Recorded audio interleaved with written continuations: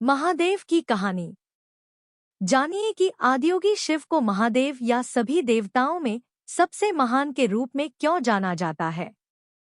सद्गुरु, कुछ दिन पहले किसी ने मुझसे पूछा कि क्या मैं आदियोगी शिव का फैन हूँ। फैन क्लब तब शुरू होता है जब लोगों की भावनाएं किसी के साथ उलझ जाती हैं। मैं निश्चित रूप से उनका फैन नहीं हूँ। फिर वह क्या है?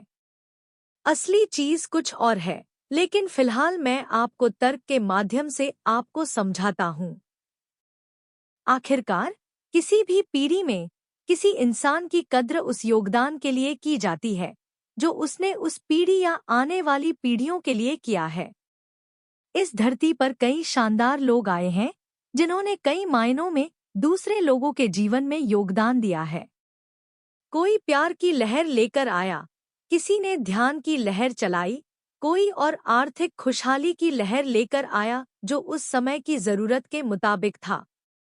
जैसे महात्मा गांधी के प्रति पूरे सम्मान के साथ यह कहा जा सकता है, यह उनको नीचा दिखाने के लिए नहीं है। आजादी के पहले का समय होने के कारण उनके तरीकों, उनकी तरकीबों और उनके काम करने के अंदाज ने उन्हें एक खास ऊंचाई तक पहुंचाया।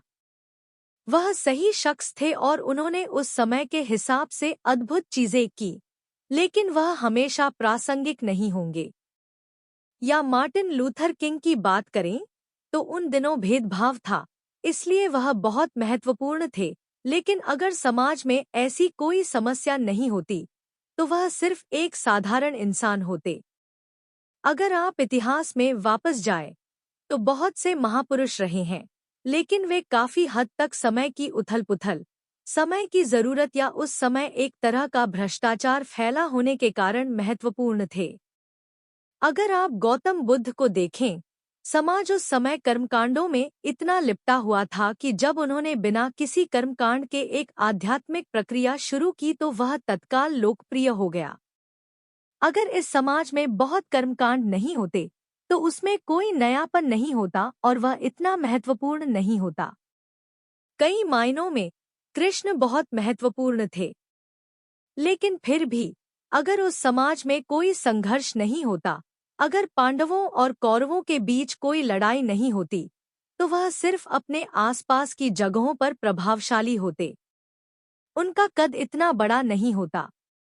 या अगर राम की पत्नी का हरण नहीं किया जाता तो वह भी किसी दूसरे राजा की तरह होते, शायद एक बहुत अच्छे राजा की तरह याद किए जाते या कुछ समय बाद लोग उन्हें भूल जाते।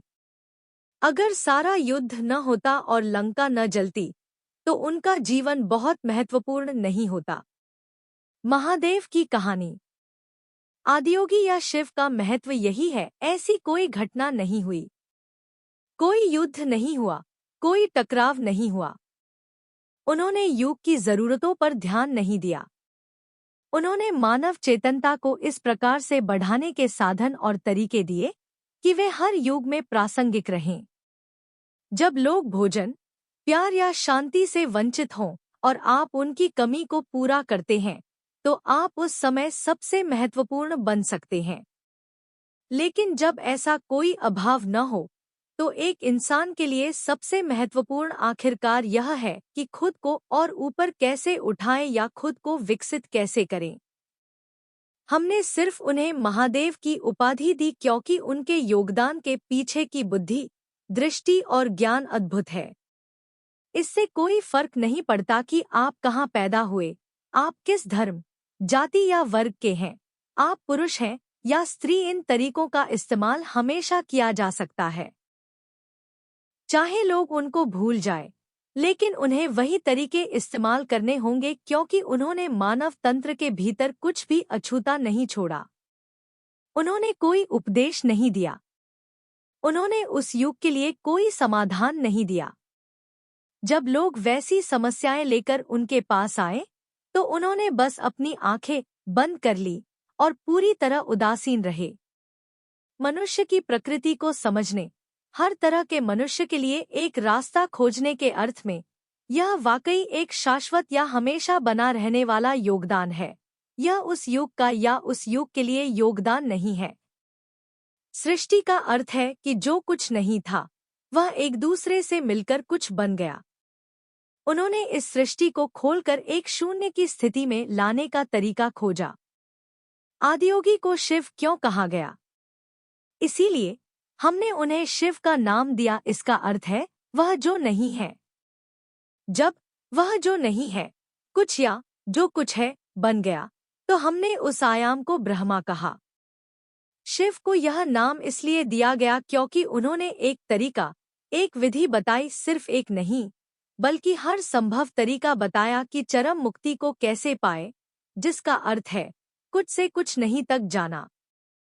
शिव कोई नाम नहीं है, वह एक वर्णन है।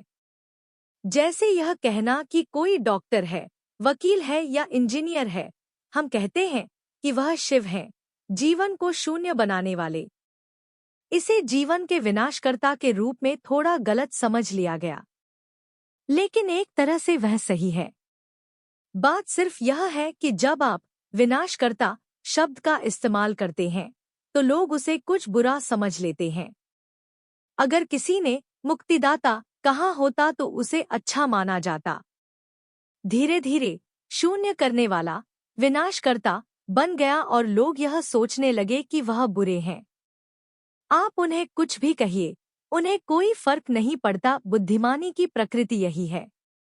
अगर आपकी बुद्धिमानी एक खास ऊंचाई पर पहुंच जाती है तो आपको किसी नैतिकता की जरूरत नहीं होगी। सिर्फ बुद्धि की कमी होने पर ही आपको लोगों को बताना पड़ता है कि क्या नहीं करना है। अगर किसी की बुद्धि विकसित है तो उसे बताने की जरूरत नहीं है कि क्या करना है और क्या नहीं। उन्होंने इस बारे में एक शब्द भी नहीं बोला कि क्या करना चाहिए और क्या नहीं। यौगिक प्रणाली के यम और नियम पतंजलि की देन है, आदियोगी की नहीं। पतंजलि काफी बाद में आए। पतंजलि हमारे लिए इसलिए महत्वपूर्ण है क्योंकि योग इतनी सारी शाखाओं में बंट गया था कि वह हास्यास्पद हो गया था। जैसे 25-30 साल पहले अगर आपको मेडिकल चेकअप की जरूरत होती थी तो सिर्फ एक डॉक्टर की जरूरत होती थी। आजकल आपको 12 से 15 डॉक्टरों की जरूरत होती है, एक हड्डियों के लिए, एक मांस के लिए, एक खून के लिए, एक दिल के लिए, एक आंख के लिए, यह और आगे जाएगा। मान लीजिए अगले 100 सालों में हम इतनी ज्यादा विशेषज्ञता में चले जाएंगे कि मेडिकल चेकअप की जरूरत होने पर आपको 150 डॉक्टरों की जरूरत होगी। फिर आप जाना नहीं चाहेंगे क्योंकि जब तक आप 150 अपॉइंटमेंट लेंगे, उन्हें निपटाएंगे और 150 राय को समझेंगे, तब तक उसकी जरूरत नहीं रहेगी। फिर कोई इन सब को साथ मिलाते हुए एक फैमिली फिजिशियन बनाने की बात करेगा। पतंजलि ने यही किया। कहा जाता है कि उस समय योग की 1800 से ज्यादा शाखाएं थीं। अगर आपको पूरी प्रक्रिया से गुजरना होता तो आपको 1800 स्कूलों में सीखना पड़ता और 1800 अलग-अलग योग करने पड़ते। वह अव्यावहारिक और हास्यास्पद हो गया था। इसलिए पतंजलि आए और उन्होंने उन सब को 200 सूत्रों में डालते हुए योग के सिर्फ 8 अंगों का अभ्यास करने के लिए कहा। अगर ऐसी स्थिति नहीं होती तो पतंजलि का कोई महत्व नहीं होता।